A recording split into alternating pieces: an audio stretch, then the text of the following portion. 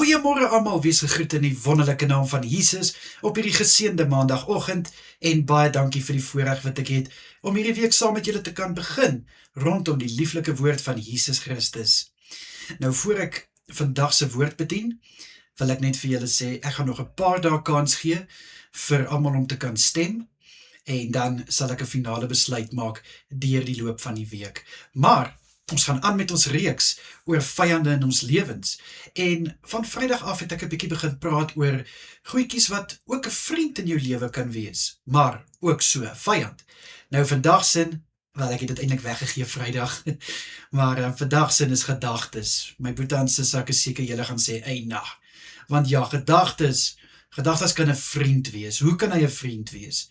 Die mooi dinge, die positiewe dinge wat jy kan 'n vooruitsig hê, dinge wat net opbouend is. Dit is 'n vriend vir jou gedagtes, 'n vriend.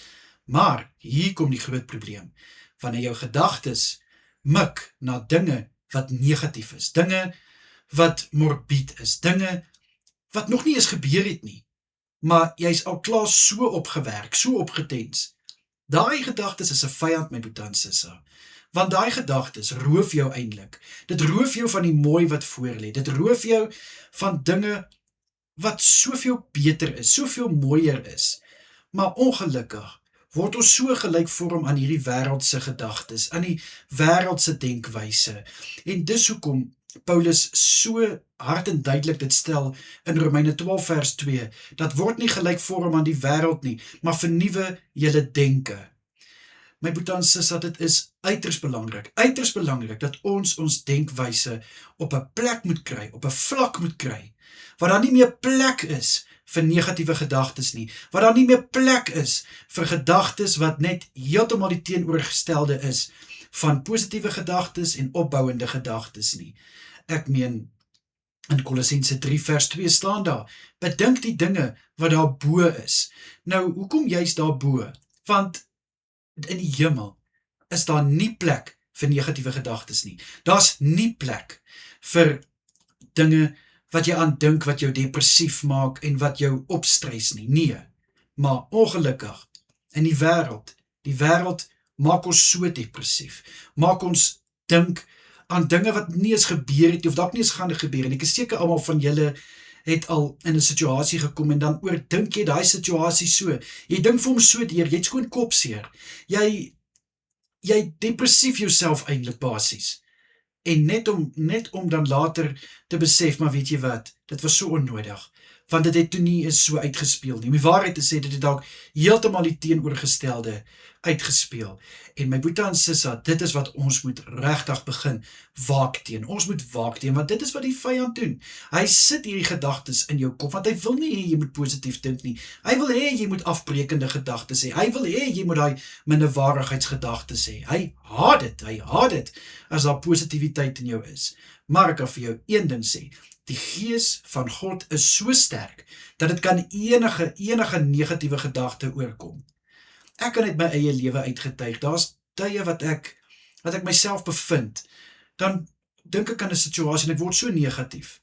En 'n paar oomblikke later, dan het ek weer hierdie vreugde in my hart. Hoekom?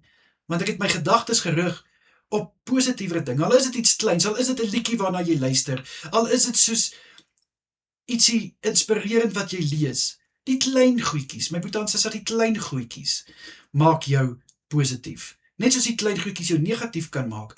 Onthou, alles het twee kante. Waar iets negatief wil voorkom, kan daar ook iets positiefs voorkom. Jy moet net daai besluit maak om te sê, weet jy wat, ek is klaar met negativiteit, ek is klaar met hierdie hatige gedagtes, ek is klaar met hierdie bitterheid, ek wil eerder leef in positiwiteit, ek wil leef in vrede, ek wil moed hê vir dit wat voor lê. Amen. Amen. Kom ek bid vir ons.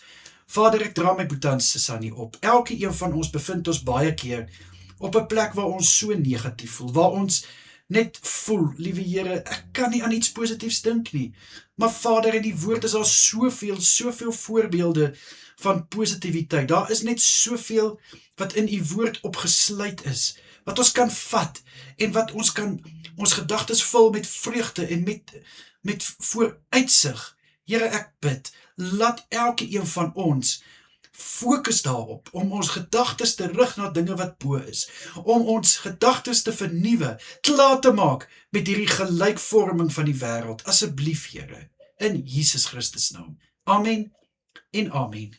My boetans, sal julle moet 'n wonderlike dag verder hê. Kyk asseblief mooi na julleself, en natuurlik as dit die Here se wil is, gaan ons môre aan met ons reeks oor vyande in jou lewe. Ek is seker daarvan, maar ek gaan nie net uit my eie uitpraat nie, dit is natuurlik die Here se wil. Is daar nog ietsie wat ek met julle wil deel oor vyande in jou lewe, maar as God anders te beskik, dan is ek natuurlik gehoorsaam. Tot dan, mooi bly almal, goed gaan, bye bye.